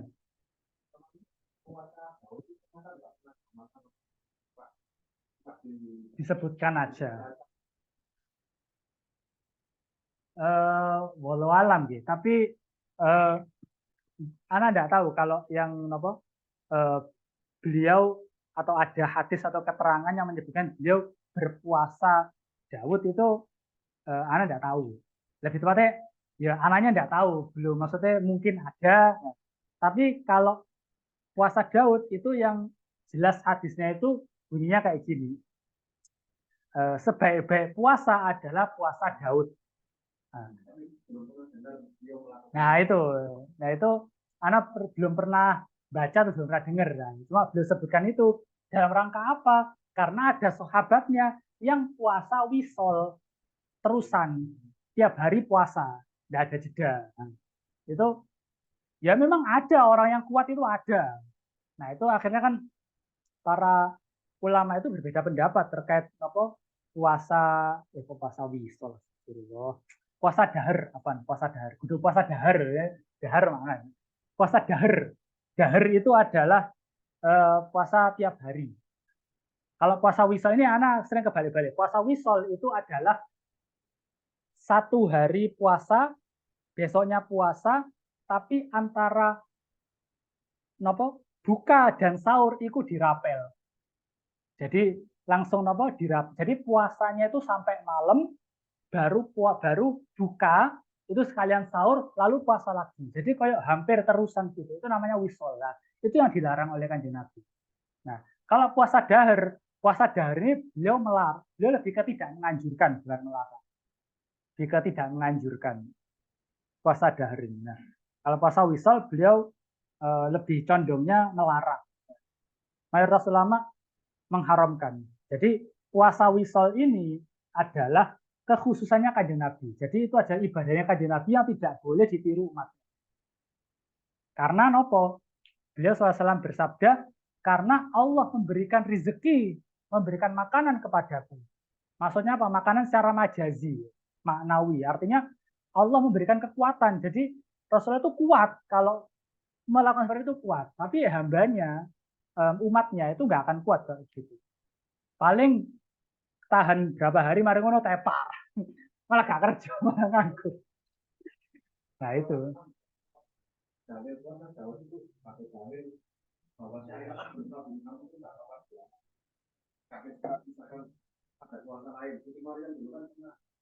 Tidak bicara 3 hari. Kalau orang Jawa ngarang itu gitu. Nah, kalau mungkin kota Daud itu bukan sebagai dalil bahwa ajaran sebelum Nabi Muhammad itu tidak apa-apa diamalkan asalkan baik gitu. Jadi, konsekuensi syahadat nih. Asyhadu an la ilaha illallah wa asyhadu anna Muhammadan Rasulullah. Jadi, uswah kita, teladan kita itu adalah Kanjeng Nabi Muhammad Shallallahu Alaihi Wasallam. Jadi kalau kita temui kabar-kabar syariat-syariat terdahulu, umat-umat terdahulu itu melakukan seperti ini, melakukan seperti itu baru boleh kita amalkan kalau Rasulullah SAW membolehkan. Nah, jadi kalau ada keterangan cerita dari Kanjeng Nabi, dulu loh puasa Daud itu gini, ini baik, nah itu baru boleh. Jadi bukan serta-merta. Nah, apa kan banyak nih, kayak contohnya yang umat terdahulu itu melakukan, tapi malah itu dihapus di syariat yang sekarang. Seperti nopo, ghanimah perang. Umat dulu haram ghanimah perang, harus diserahkan di tengah-tengah. Ya. Jadi kayak ditumbalkan ya. Nopo rampasan perang ini pedang-pedangnya musuh, armore musuh, helmnya musuh, macam-macam itu ditaruh tengah, emas-emasnya, perhiasannya, asalnya ditaruh tengah. Nanti nopo dari atas itu akan turun api. Allah Subhanahu Wa Taala menurunkan api. Ini syariatnya Bani Israel itu seperti itu. Nabi Musa, Nabi Harun itu seperti itu. Akan apa? Nabi Joshua, Nabi Musa itu syariatnya seperti itu. Ghanimah taruh tengah, api itu akan melahap semua itu. Jadi betul-betul Bani Israel haram menerima rampasan perang. Nah itu dihapuskan larangan seperti itu. Islam, umat Muslim, mujahidin boleh menerima rampasan perang. Jadi yaitu baru boleh dilakukan kalau ada dalilnya dari Kanjeng Nabi, itu boleh dilakukan seperti itu. Jadi tetap harus ada keterangannya dulu dari Kanjeng Nabi. Nggak bisa. Nggak. Jadi ada kaidah la qiyasa fil ibadah. Jadi salah satu qawaid fikih atau kaidah fikih itu adalah ibadah itu tidak bisa dikiaskan. Harus ada keterangan yang jelas ini ibadah. Nah,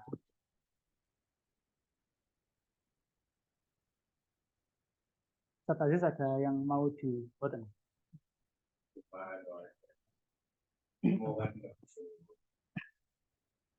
Itu ya, biasanya pemahaman perlu nggak maksimal.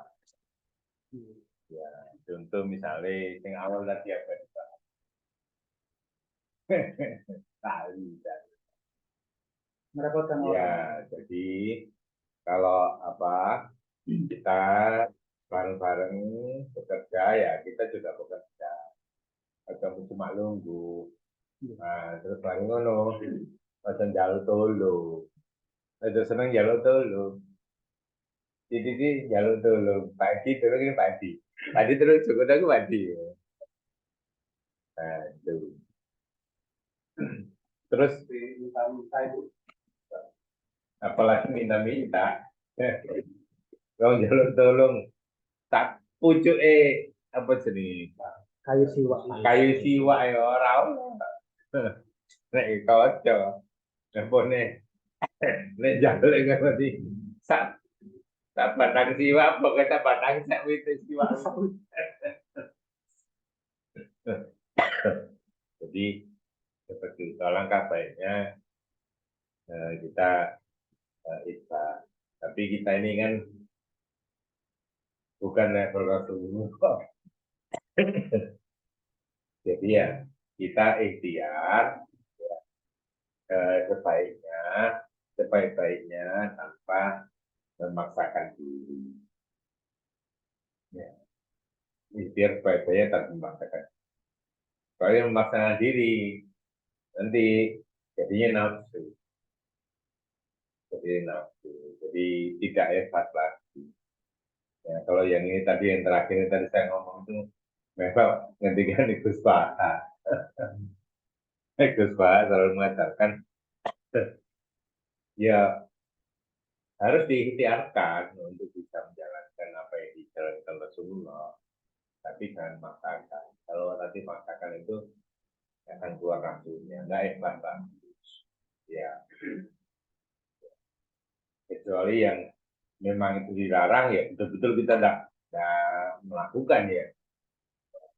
Tapi kalau misalnya itu yang sunnah ya kita upayakan untuk bisa melaksanakan ya, Masyo tidak dengan tanpa dipaksa.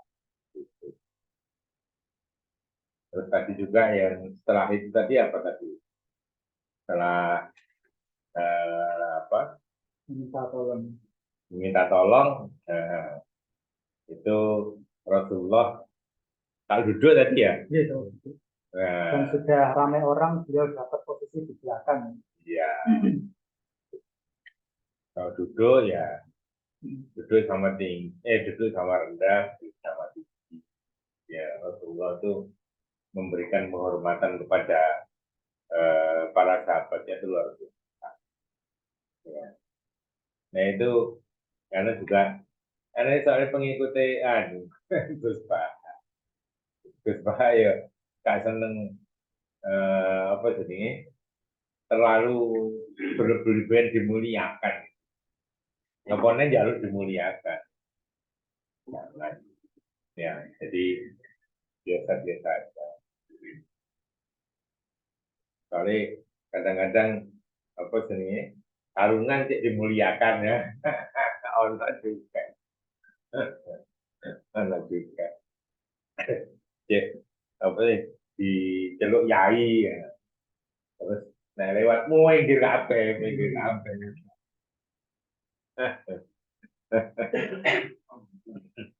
Iya, wah.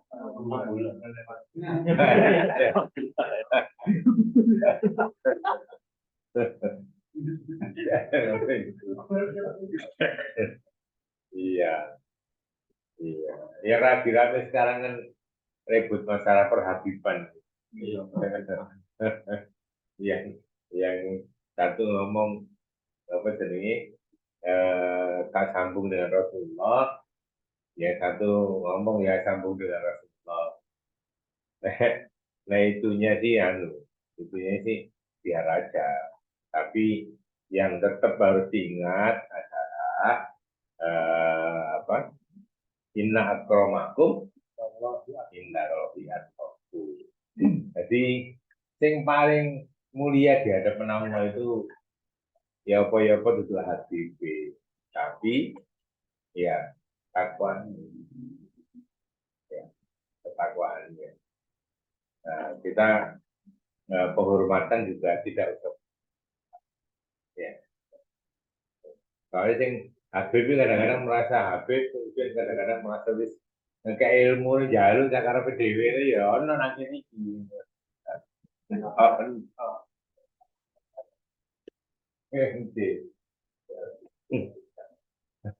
Rasulullah Rasulullah sendiri loh. Nah, yang katanya apa leluhurnya para Habib itu nggak ngerti, ya kan? Apalagi kita nih itu apa-apa. Soalnya pengalaman pernah diginikan. Pak Cis, kalau pada saken Pak Cis, ini Pak Cis, nah sampai Pak Cis, kalau person nasab Pak Cis ini kan ilmu nih terlalu nih. Nah, nopo oleh nasab, lho Pak Cis. Sampai niku ambune nasab ya, abu. Nasab Nabi Adam.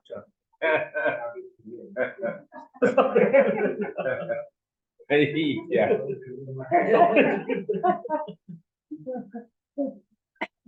Nah, jadi tetap inna akramakum indallah terhadap ini juga, apalagi di dunia modern itu terhadap apa petinggi-petinggi ya mungkin apa jenenge menteri jenderal apa ya itu juga apa kita menghormatinya ya bisa wajarnya jangan terus mundur gitu. Karena dalam ilmu komunikasi modern itu justru orang itu akan senang ya dan akan akrab itu kalau posisinya sejajar. Kalau posisinya nggak sejajar itu nggak akrab. Akrab. Ya, ya. Kalau tata krama ketimuran dalam bahasa tetap dipakai, tapi di dalam hati itu jangan pernah merasa minder. Jangan pernah merasa minder. Orang oleh minder.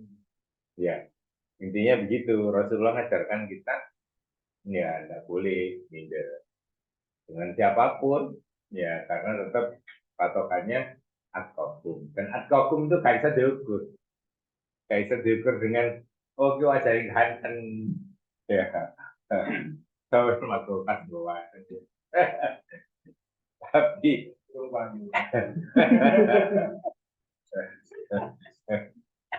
jadi jangan ya ketemu ketemu menteri gak ngobrol. Nah misalnya ono protokoler kalau nyide ya apa-apa kayak nyide gitu. Nah saya biasanya ketemu itu ono corone biasanya dulu ketemu apa Menkomar ya belum ada PES ya Menkomar ya waktu itu belum ada PES-nya ya teman-teman itu ini masalah ini sampai lebih yang Pak Menteri ayo apa cara nyampainya Pak Menteri kok sampai sakit ya nah engko atur beli data kok atur sampai tak kenal sampai langsung ngomong sampai langsung barengi lupa lift bareng oh ya wes ya datar gitu akhirnya nah ini bersama sama beberapa temen tuh ngobrol akhirnya wes lanjut di kantor saya gitu akhirnya jadi kebiasaan karena mau dibelinya anak belinya anak-anak Aman tadi ngelip. Jadi tidak usah minder. Ya. Insya Allah. Jadi gede gak oleh, ya minder ya orang. Terus apa lagi tadi?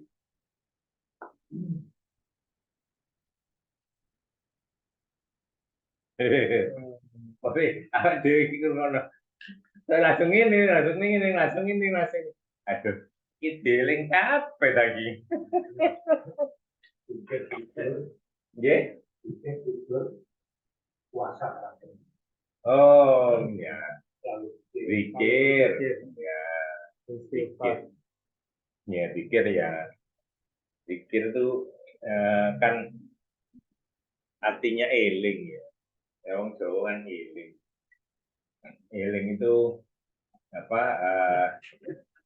Kalau kalau versi Jawa ya, ini aja dari eling itu eh, kita tidak apa lagi namanya tenggelam dalam laut.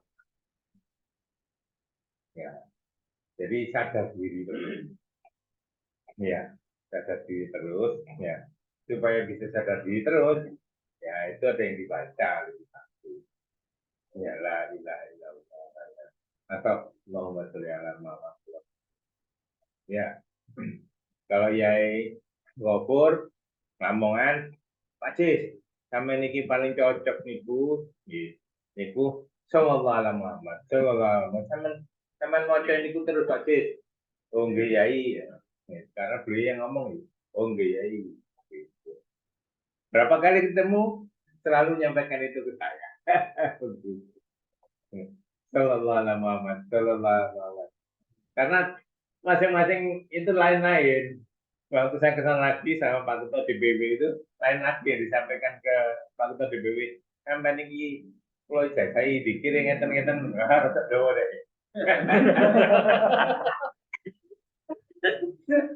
Untuk awak dewi cuma menurut gampang. Jadi gampang. Ya. Tapi hari ini juga gini. Sampai nek kepengen lagi dunia itu dan meceki, meceki, meceki. Waduh, kalau buat sanggup ya, kalau sanggup ya. Apa-apa, dicoba aja. Dari sanggup bro. Boten boten nonton nampi. Tapi konteksnya ya pikir tuh ingat ya ingat kondisi diri ya. Tidak apalagi namanya larut dengan eh, ya apalagi itu yang sifatnya kuda setan ya karena setan tuh udah terus ya udah terus jadi orang bisa nyopir ya ini paling nyopir kok nek duyut siti kan duyut itu kalau ya. Jadi seperti nyopir terus gini terus gitu. Nah, beliau gitu lah. Iya. Oke.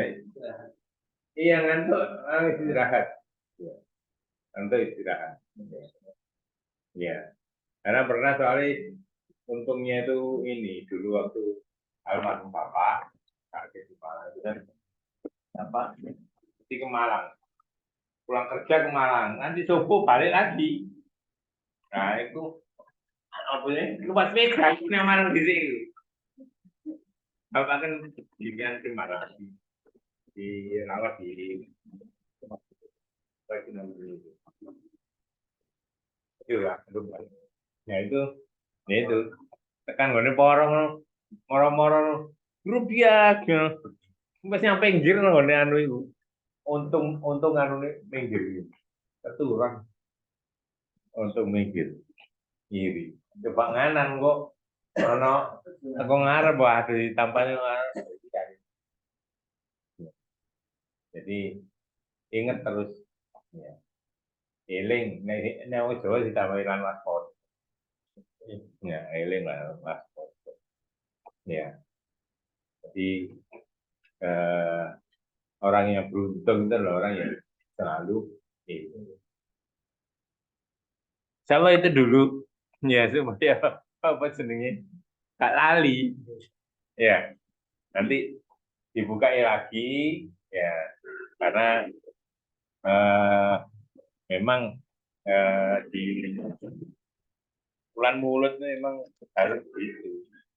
Ya. Gak mau jadi baik toh, tapi di ngerteni tibae. Gak diwajakan neruloyin tapi dipahami, kemudian diamalkan. Oke, mau tiba apa tibae? Ya, tapi gak ngerti arti.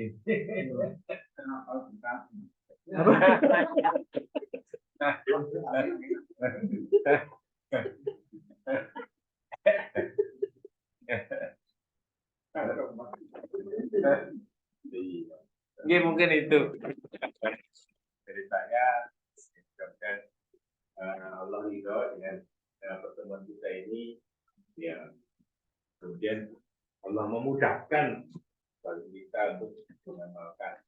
Ya, kalau kita sudah memahami ini, itu jadi tadi mindset ya. Kalau bahasa lainnya itu paradigma. Kalau itu jadi paradigma, ya, insya Allah ya otomatis ya, itu sebagai kerangka pandang hidup kita kalau ya. Dan Allah menjadikan apa yang kita pelajari ini jadi mindset. Kalau katanya sobat, kalau katanya Stephen Covey itu paradigma, tapi kalau katanya Murad bisa itu sakofa. Ya, itu jadi sakofa. Jadi kalau sudah jadi sakofa kita, ya biasanya bisa otomatis kita mengamalkan, mudah untuk mengamalkan. Karena sakofa itu harus selalu diperbarui dan selalu dibuat. Ya, saya kembali ke Mas Bukan. Alhamdulillahirrahmanirrahim.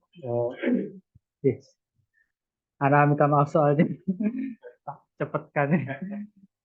Soalnya ya emang panjang di bab akhlak ini. Ya karena memang nopo ya. Kalau dilihat ini kan ya sudah ringkes toh ini kan ya. Itu juga masih panjang. Gitu.